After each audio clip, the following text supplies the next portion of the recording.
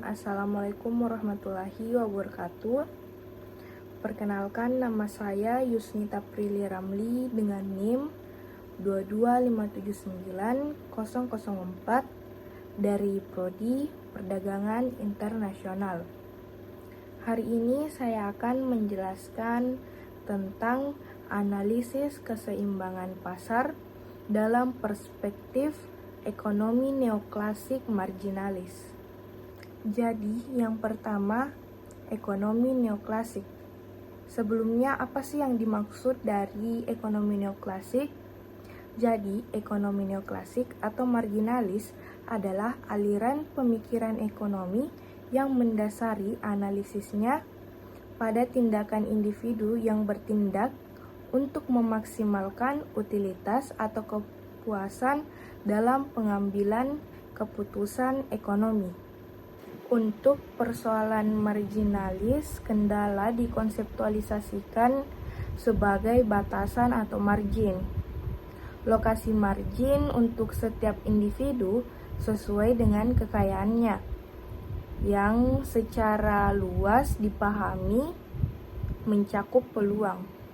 Kekayaan ini ditentukan oleh banyak hal, termasuk hukum fisika atau yang membatasi energi dan materi dapat diubah, kejadian alam atau yang menentukan keberadaan sumber daya alam, dan hasil dari keputusan masa lalu baik dari orang ataupun dunia.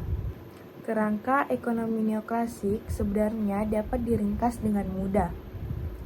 Pembeli berusaha memaksimalkan keuntungan mereka dari mendapatkan suatu barang, dan mereka melakukannya dengan meningkatkan suatu barang sampai apa yang mereka peroleh dari unit tambahan sesuai dengan apa yang mereka korbankan untuk memperolehnya.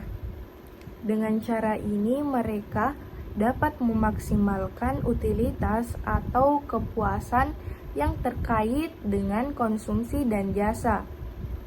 Demikian pula individu dapat memberikan atau menyediakan tenaga kerja kepada perusahaan yang ingin mempekerjakan mereka dengan menyeimbangkan keuntungan dan menawarkan unit marginal jasa atau upah yang akan mereka terima sesuai dengan disutilitas tenaga kerja itu sendiri atau hilangnya waktu luang. Hal ini menghasilkan teori permintaan barang dan penawaran yang produktif. Demikian pula produsen berusaha memproduksi suatu unit barang sehingga biaya produksi unit tambahan atau marginal seimbang dengan pendapatan yang dihasilkannya. Dengan cara ini, mereka memaksimalkan keuntungan. Perusahaan mempekerjakan karyawan sampai pada titik di mana pendapatan untuk perekrutan karyawan tambahan sama dengan nilai output yang dihasilkan oleh karyawan tambahan tersebut. Selanjutnya, asumsi ekonomi neoklasik. Ada banyak cabang yang menggunakan pendekatan berbeda dalam ekonomi neoklasik. Semua yang digunakan atau utamanya ada 3, yaitu yang pertama, orang-orang bersikap rasional dalam membuat pilihan antara hasil yang dapat diidentifikasikan dan hasil yang terkait dengan nilai. Yang kedua, tujuan individu adalah memaksimalkan utilitas, sedangkan tujuan perusahaan adalah untuk memaksimalkan keuntungan.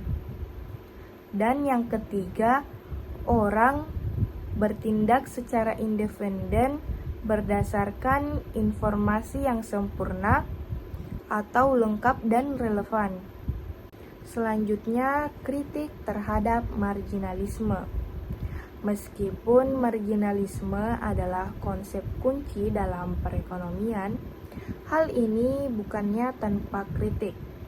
Berikut adalah beberapa hal yang harus dipertimbangkan. Yang pertama, asumsi rasionalitas sempurna. Marginalis selalu beranggapan bahwa masyarakat selalu mengambil keputusan rasional. Padahal hal ini dapat dipengaruhi oleh emosi, bias, dan informasi yang tidak lengkap.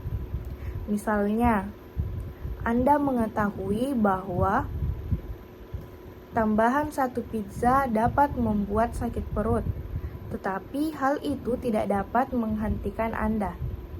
Yang kedua, fokus mikro versus makro.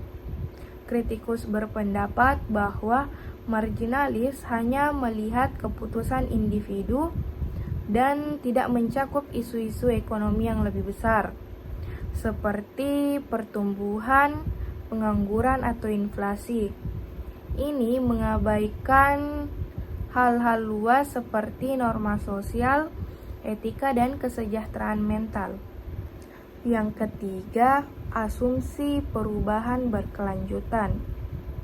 Analisis marginal mengasumsikan bahwa perubahan input atau output yang berjalan dengan lancar dan berkelanjutan.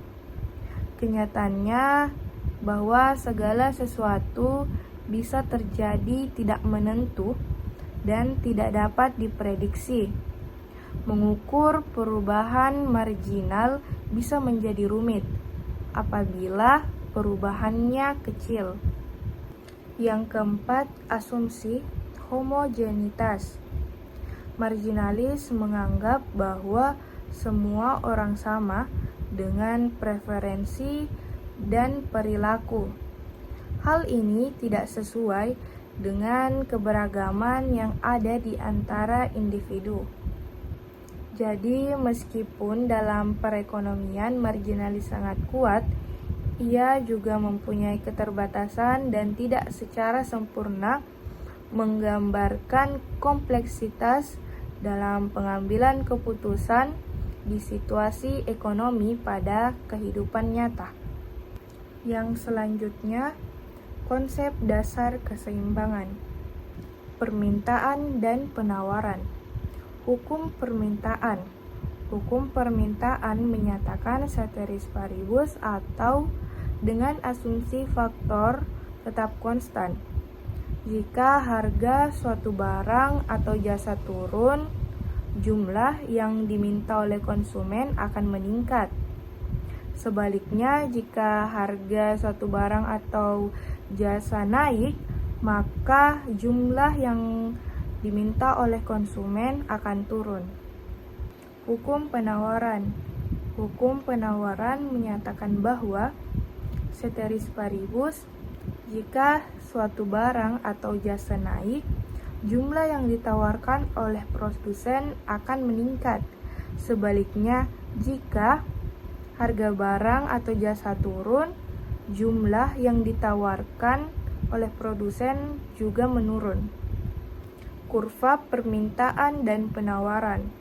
Kurva permintaan menggambarkan hubungan antara harga suatu barang dan jumlah barang yang diminta oleh konsumen pada berbagai tingkat harga.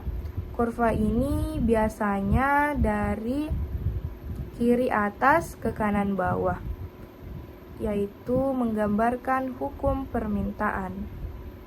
Hukum penawaran.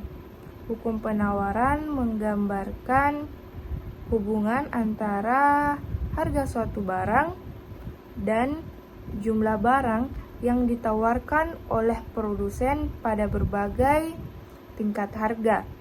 Kurva ini biasanya naik dari kiri bawah ke kanan atas. Ini mencerminkan hukum penawaran. Selanjutnya, analisis marginal terbagi menjadi dua. Yang pertama, marginal utility atau utilitas marginal.